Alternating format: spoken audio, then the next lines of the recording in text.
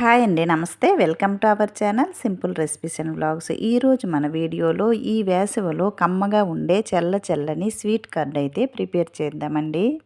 బయట నుంచి తెచ్చే పని లేకుండా ఇంట్లోనే పిల్లలకి ఎంతో ఇష్టమైన స్వీట్ కర్డ్ను ఎలా ప్రిపేర్ చేయాలో చూసేద్దాం.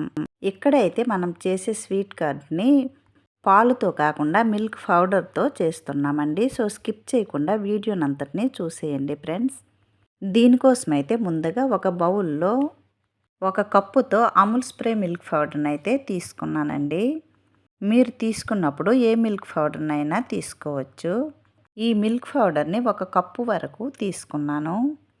తరువాత దీనిలో ఏ కప్పుతో అయితే మిల్క్ పౌడర్ తీసుకున్నామో అదే కప్పుతో గోరువెచ్చటి నీరు 3 కప్పుల వరకు వేయాలండి. ముందుగా అయితే దీనిలో ఒక కప్పు వరకు గోరువెచ్చని నీరు వేసి స్పూన్తో ఉండలు లేకుండా కలుపుకోవాలి. ఈ మిల్క్ పౌడర్లో చల్లటి నీరు వేసినట్టయితే ఉండలు కట్టేస్తుందండి. అందుకని గోరువెచ్చని నీరు తీసుకున్నాను. ముందుగా అయితే ఒక కప్పు వరకు గోరువెచ్చని నీరు వేసి ఈ మిల్క్ పౌడర్ని ఉండలు లేకుండా కలుపుకోవాలి. తరువాత దీనిలో మరో 2 కప్పుల వరకు గోరువెచ్చని నీరు వేసి బాగా ఈ మిల్క్ పౌడర్ను కలిపి దీన్ని పక్కన పెట్టుకుందాము. ఒక కప్పుతో ఈ మెజర్మెంట్ తీసుకున్నట్టయితే స్వీట్ కర్డ్ బాగా వస్తుందండి. నేనైతే ఇక్కడ ఒక కప్పుతో మెజర్మెంట్ తీసుకుంటున్నానండి. మీరు దీని ప్లేస్లో గ్లాస్తో అయినా తీసుకోవచ్చు. చూడండి, మిల్క్ పౌడర్ బాగా ఉండలు లేకుండా కలుపుకున్న తర్వాత దీన్ని పక్కన పెట్టుకుందాము. తరువాత మరో బౌల్ తీసుకుందాము. దీనిలో ఏ కప్పుతో అయితే మిల్క్ పౌడర్ తీసుకున్నామో అదే కప్పుతో 1/2 కప్పు వరకు పెరుగు తీసుకోవాలి. ఈ పెరుగును నీరు లేకుండా వడకట్టుకోవాలండి. ఈ వడకట్టుకున్న పెరుగును ఇలా వీడియోలో చూపించిన విధంగా పూర్తిగా ఫైన్గా క్రీమ్లా వచ్చేటట్టు కలుపుకోవాలి. ఇక్కడ పెరుగు వడకట్టుకోవటం స్కిప్ అయ్యిందండి. ఇలా చూడండి, పెరుగును క్రీమ్లా చేసి ఈ పెరుగును కూడా పక్కన పెట్టుకుందాము. ఇప్పుడైతే ప్రాసెస్లోకి వెళ్ళిపోదామండి. దీనికోసమైతే స్టవ్ పైన ప్యాన్ పెట్టి ఏ కప్పుతో అయితే అమూల్ స్ప్రే అలాగే పెరుగు తీసుకున్నామో అదే కప్పుతో 1/2 కప్పు వరకు పంచదారను వేయాలి.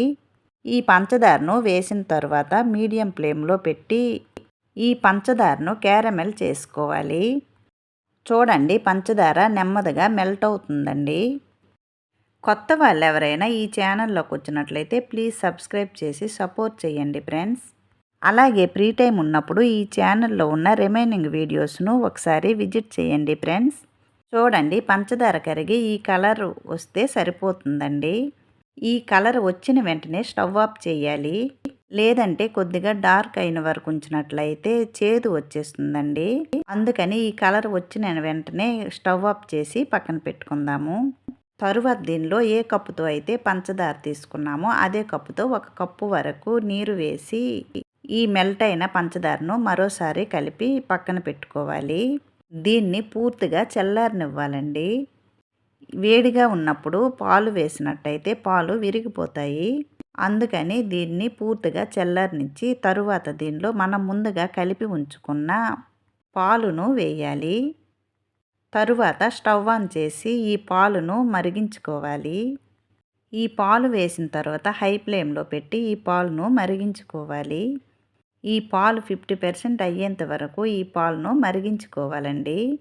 ఇది మరగటం స్టార్ట్ అయిన తర్వాత స్టవ్ని మీడియం ఫ్లేమ్లో పెట్టి కలుపుతూ ఉండాలి. లేదంటే పాలు అడుగంటేస్తాయి. చూడండి, వీడియోలో చూపించిన విధంగా పాలు బాగా మరిగి పాలు అయితే కొద్దిగా థిక్గా వస్తాయండి. మీరు చేసినప్పుడు ఈ కొలతలతో చెయ్యండి. పర్ఫెక్ట్ స్వీట్ కర్డ్ అయితే వస్తుంది. తరువాత దీనిలో ఫ్లేవర్ కోసం 3-4 యాలకులను వేయాలి. ఇక్కడైతే నేను 1 కప్పు మిల్క్ పౌడర్కి 3 కప్పుల వరకు గోరువెచ్చని నీరు వేశానండి. ఆ తరువాత పంచదారలో 1 కప్పు వరకు నీరు వేశాను. మొత్తంగా అయితే 1 కప్పు మిల్క్ పౌడర్కు 4 కప్పుల వరకు నీరు అయితే యూజ్ చేశాము. చూడండి, మనం తీసుకున్న పాలు అయితే సగం అయ్యావి. ఇలా 50% అయిన తర్వాత స్టవ్ను ఆఫ్ చేసి దీన్ని పూర్తిగా చల్లారనివ్వాలి. ఈ మరిగిన పాలు వేడిగా ఉన్నప్పుడు దీనిలో వేయకూడదండి. పూర్తిగా చల్లారిన తర్వాత మనం ముందుగా కలిపి ఉంచుకున్న ఈ పెరుగులో ఈ పాలును వేయాలి. చూడండి, బాగా మరిగిన తర్వాత థిక్గా పాలు అయితే వచ్చాయండి. మనం మరిగించుకున్న పాలన్నీ ఈ క్రీమ్లా కలుపుకున్న పెరుగులో వేయాలి. ఇలా వేసిన తర్వాత ఉండలు లేకుండా ఈ పెరుగు పాలను బాగా కలపాలి.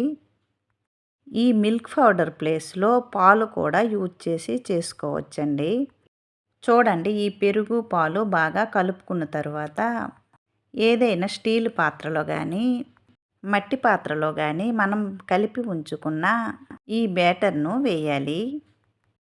ఇలా వేసిన తర్వాత ఈ పాత్రకు పూర్తిగా కవర్ అయ్యేటట్టు అల్యూమినియం పేపర్తో కవర్ చేయాలి. ఇలా అల్యూమినియం పేపర్తో కవర్ చేసిన తర్వాత ఇప్పుడైతే దీన్ని స్టీమ్ చేద్దామండి. చూడండి, ఇలా ఎక్కడ గ్యాప్ లేకుండా ఈ అల్యూమినియం పేపర్తో కవర్ చేయాలి.